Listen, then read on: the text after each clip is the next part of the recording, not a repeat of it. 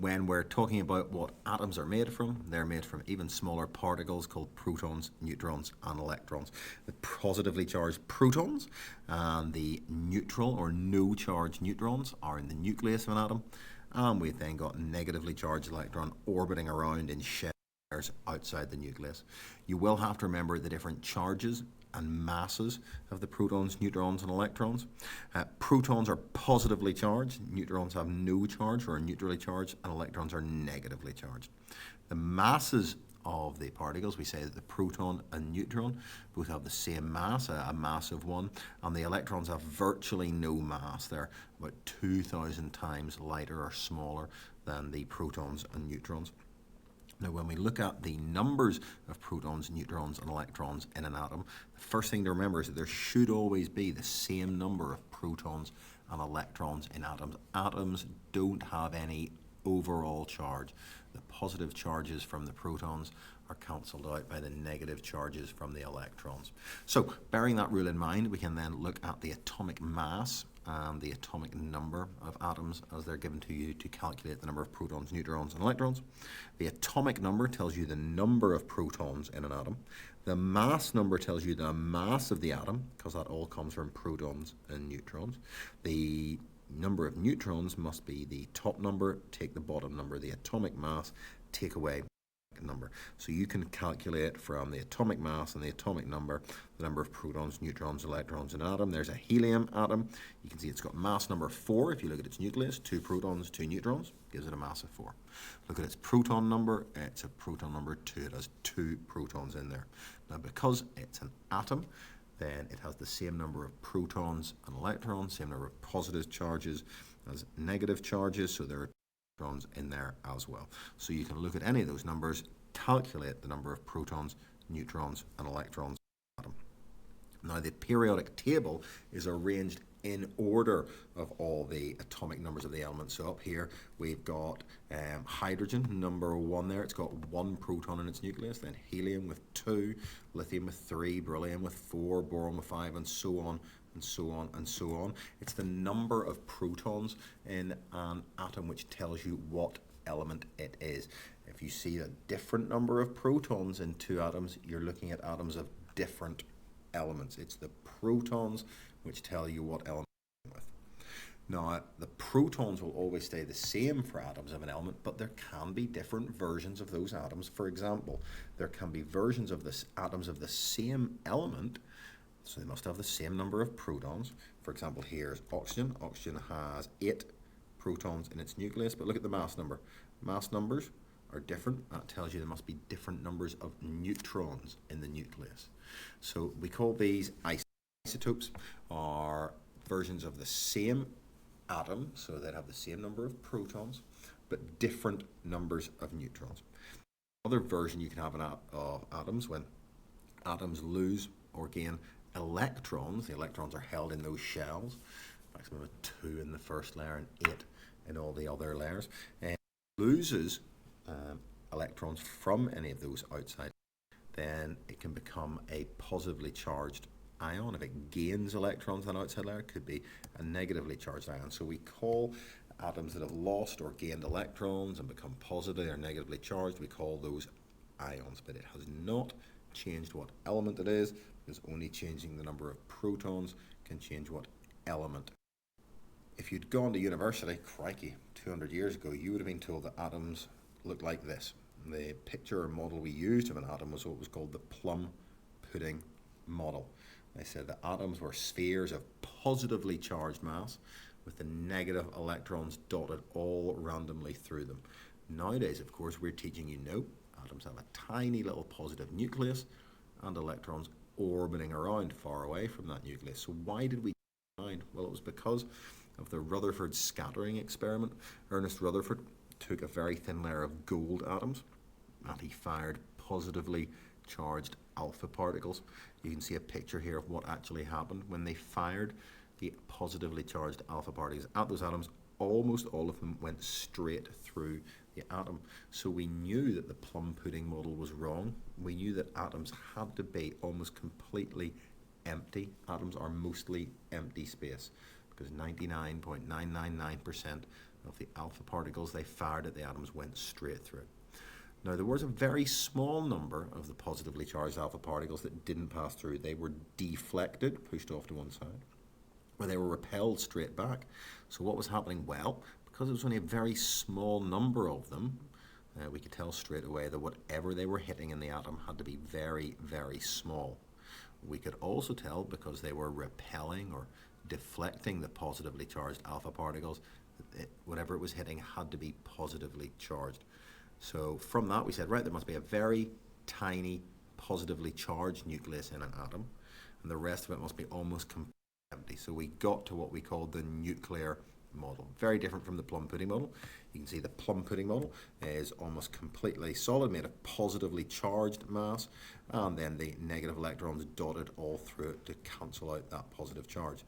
In the nuclear model, all the positive charge and mass is concentrated in a very, very tiny nucleus. You've then got lots and lots of empty space, and then you've got the electrons orbiting around far away from the nucleus.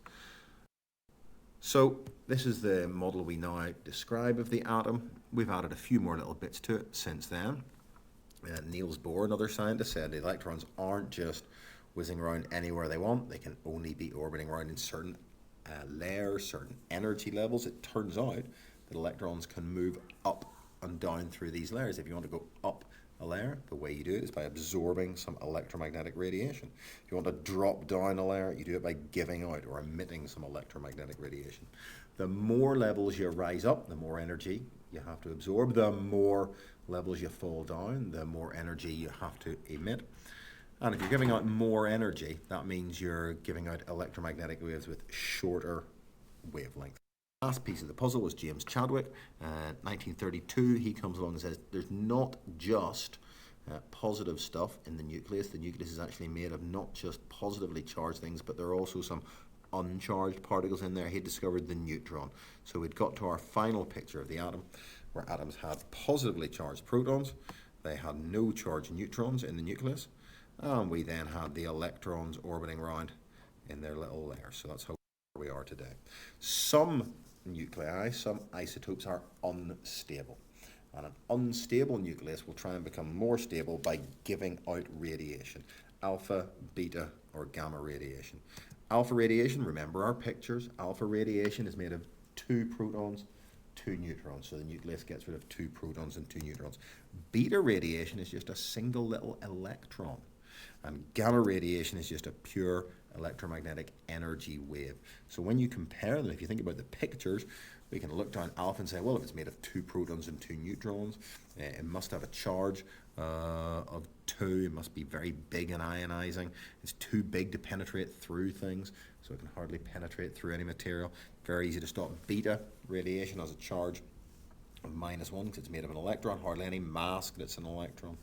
Gamma radiation, it's got a charge of nothing, a mass of 0 because it's not made of any part. So you'll need to be able to explain and complete the nuclear decay equations when a nucleus releases an alpha, beta, or gamma particle. So when a nucleus releases alpha particle, it's got mass 4 and it's got proton number of 2, so you're subtracting 4 from the mass number, 2 from the proton number. Example given above there, uranium-235 releases an alpha particle. Its mass goes from 235 to 231. Its proton number goes from 92 to 90. Now, because it has changed its proton number, it is now a different element. So in this case, it's changed from a nucleus of uranium to a nucleus of thorium. For beta decay, you can see we use the symbol 0 - 1 for the mass number and proton number of a beta particle. So when a nucleus releases a beta particle, its mass number doesn't change and its proton number decreases by -1, so it actually increases by 1.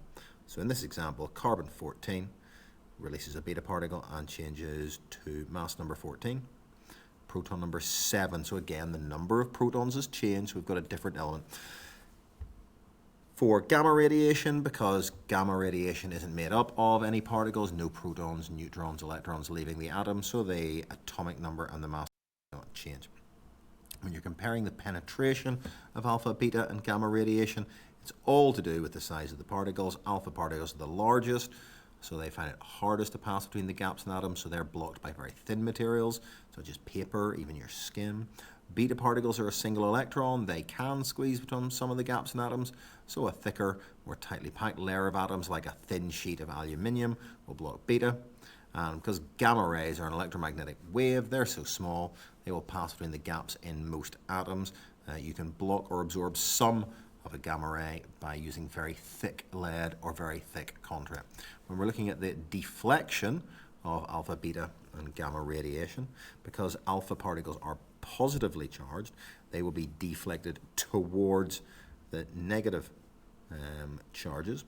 Because beta particles are negatively charged, they will be attracted towards positively charged.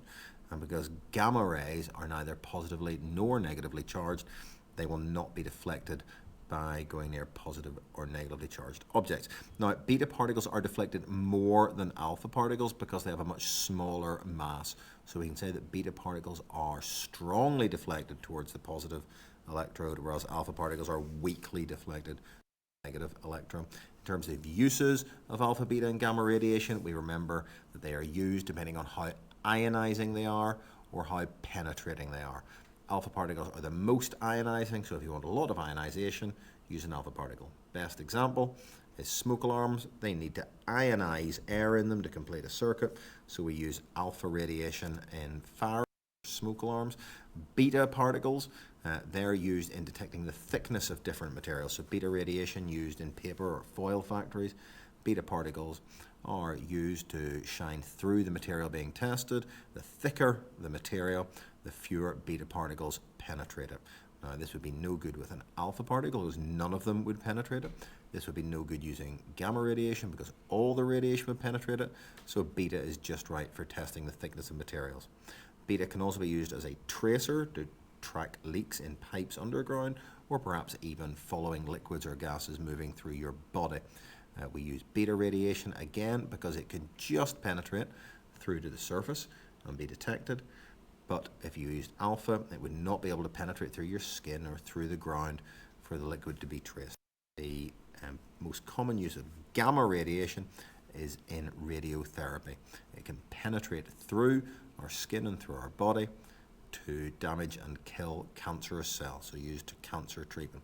Because it is very penetrating, gamma radiation can also be used to sterilize objects, things like soft fruit, medical equipment. You can shine them underneath a gamma ray emitting machine, and it will kill off or sterilize as many microbes and bugs as on that material.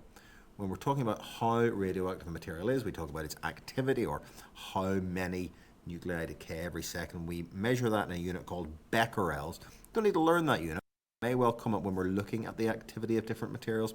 When we look at a radioactive isotope decaying, if we start off with a certain number of atoms, as those atoms break down, there will be fewer and fewer and fewer radioactive atoms left. And when we're comparing how quickly different isotopes break down, we look at the half-life of those different isotopes. And we say the half-life is the time taken for half of the nuclei in a sample to decay. So if we start with 16 radioactive atoms, after one half-life, there'll be 8 left. After another half-life goes by, there'll be 4 left, then 2, then 1.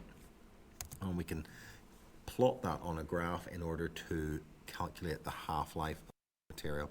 If you want to work out the half-life of one of the graphs, look at the starting number on the graph and then read across to half of that to find out how much time has gone past.